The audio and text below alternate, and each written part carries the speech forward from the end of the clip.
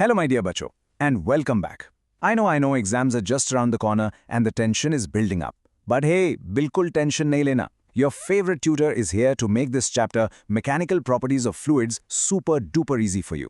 Come on, let's nail this together. Just think about it for a second. You're sitting in a car, right? And with just a little tap of your foot, a machine that weighs thousands of kilograms just stops. How is that even possible? What's the secret sauce here? Or how about this one? A giant metal bird, heavier than so many elephants put together, just soaring through the sky. It's not some kind of magic trick, Bakcho. It's pure, beautiful physics, and today, we're going to figure out exactly how it all works. All right, so let's get right into it. You know, the key to unlocking all these mysteries, it all starts with one super simple idea, and that is pressure. And trust me on this, it is way easier than it sounds. So look at this. This explains it all. Imagine you poke your hand with a pin. Ouch, it hurts, right? But what if you press with the back of a spoon using the exact same force? Nothing happens. Why? Well, with the pin, all that force is focused on one tiny little point, creating super high pressure. It's all about the area.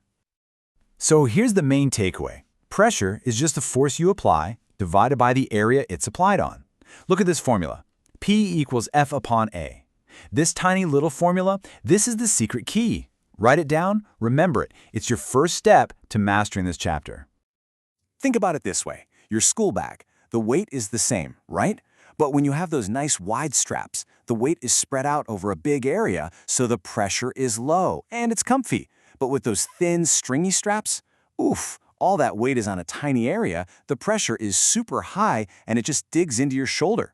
Simple, huh? All right, let's level up. We're about to learn a kind of physics superpower.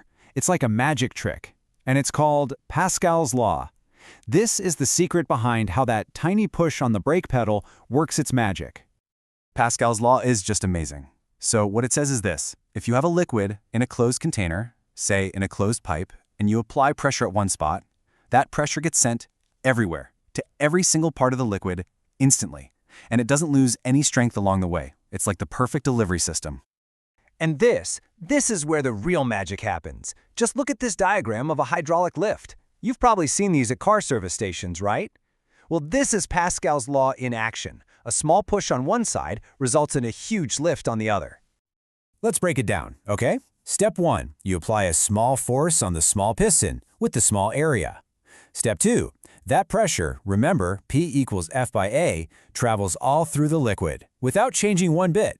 And now, step 3, that very same pressure pushes on the big piston with its large area. And because the area is so big, the force it creates is huge. See? A small force becomes a giant force. And here's the formula behind the magic. It's simple. F1 upon A1 is equal to F2 upon A2. The pressure on the small side is equal to the pressure on the big side. This simple idea is what lets us multiply force and lift heavy things so easily. Okay, are you ready to finally figure out how a massive airplane flies? Let's talk about something called Bernoulli's principle. And hey, this isn't just about airplanes. It's also the secret behind how your favorite bowler makes a cricket ball swing like crazy. Okay, now listen up. This is super important. If you remember just one thing from this section, it should be this golden rule right here. Wherever a fluid, like air or water, is moving faster, the pressure there is lower. And wherever it's moving slower, the pressure is higher. That's it. Simple. Come on, say it with me. Faster fluid, lower pressure. So, have a look at this. This explains everything. This shape you see is the wing of an airplane. We call it an aerofoil. Now, look at how it's shaped. It's curved on top and flatter on the bottom. So the air going over the top has to travel a longer path than the air going underneath. And to cover that longer distance in the same time, well, the air on top has to speed up. It has to move faster. So, what did we just learn about fast-moving air?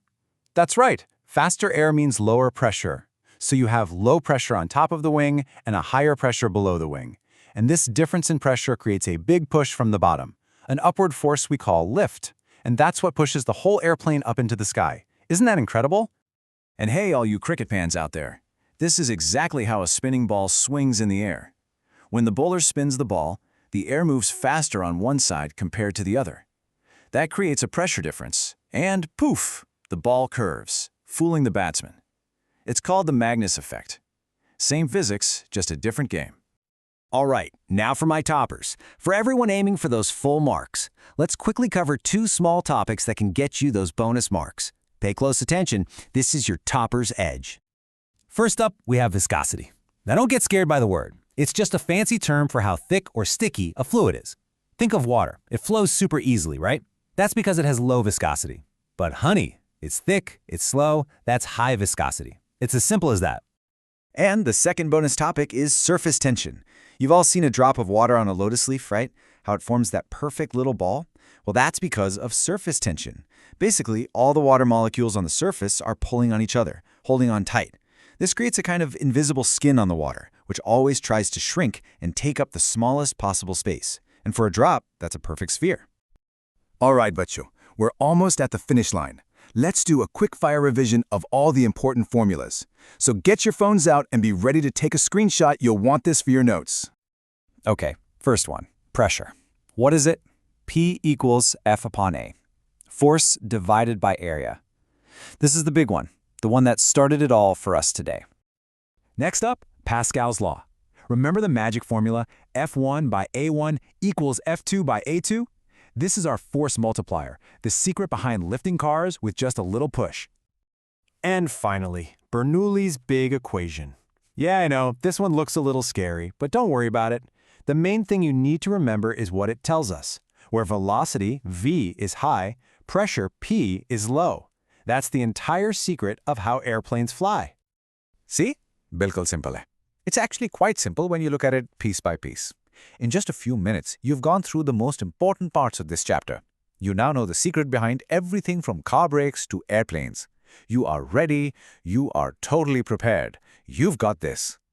All the best for your exams, bacho.